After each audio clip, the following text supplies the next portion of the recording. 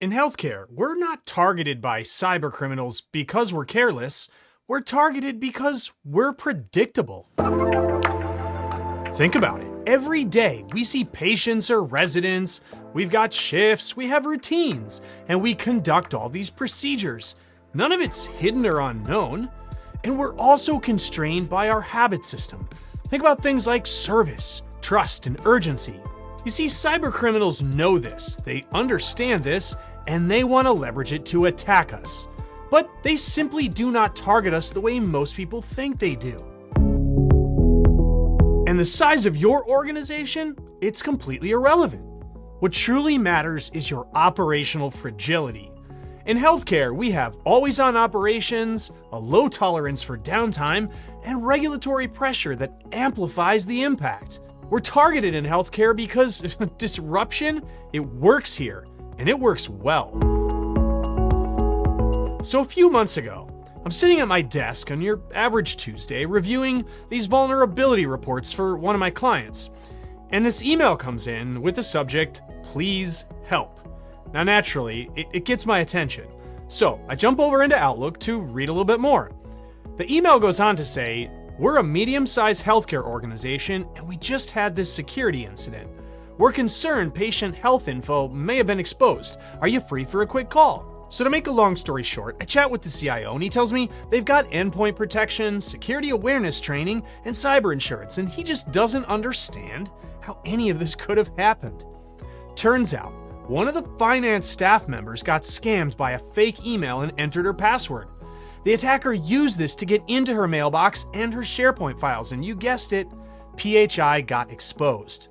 Now they thought they were doing everything right, but after speaking with them a bit more, we quickly uncovered several gaps.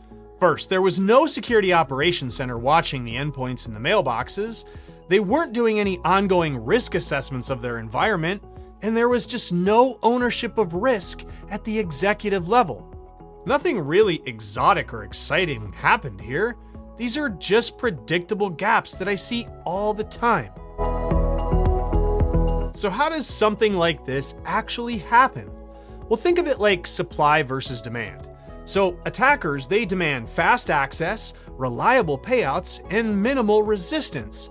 And healthcare supplies broad user access, lots of legacy systems, and this urgency that humans have. I mean, patient and resident care can't just stop, right? This isn't some kind of moral failure that's going on. It's just a structural failure. Here's the part that most healthcare leaders get absolutely wrong. Attackers don't look at your organization the way your board does. They don't care about your revenue, they don't care about your bed count, and they don't care if you're a single site facility or a multi-state system.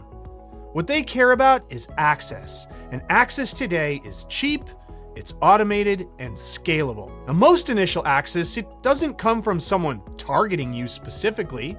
It comes from things like phishing emails sent at scale, or stolen credentials bought for just a few bucks, or some kind of weak or inconsistent enforcement of multi-factor authentication.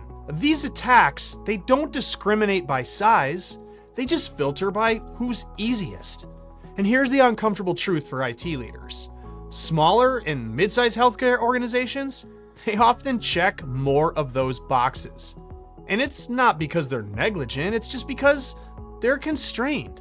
Think about it. You've got lean teams, you've got limited monitoring hours, you've got shared responsibility across IT, compliance, and operations, and a lot of implicit trust that's just baked into daily workflows. So while a large system might take longer to breach, a smaller organization often takes longer to detect, and that's where the real damage happens.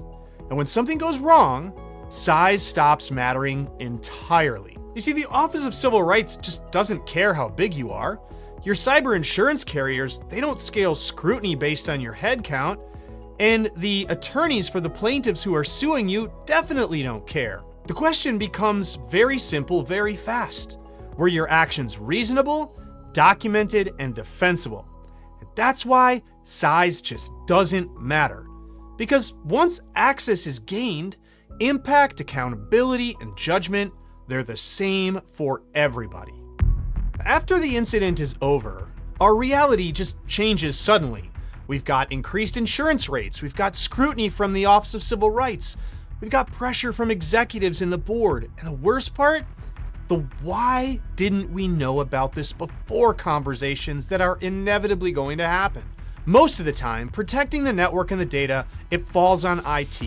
And most of the time, IT's answer is security tools. And tools can be highly effective, but a lack of tools or poor security tools, they're not the root of the problem. Whether we have effective security tools or not, the failure comes from our inability to appropriately defend our actions. So, how do we achieve this defensibility I'm speaking of? Well, it's important to note our goal is not perfection. Our goals are clear executive ownership over cyber and technology risk, have our assumptions tested, clear and consistent visibility into our risks and their associated impact to the business, and a structured, documented, and accountable plan for what to do when, not if, something goes down or gets compromised. This is exactly why we built the Healthcare Cyber Threat Reality Brief. A link to download this brief is in the description below.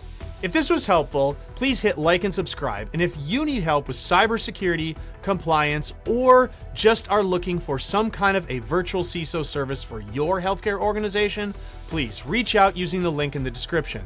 I'd love to chat with you more about your needs.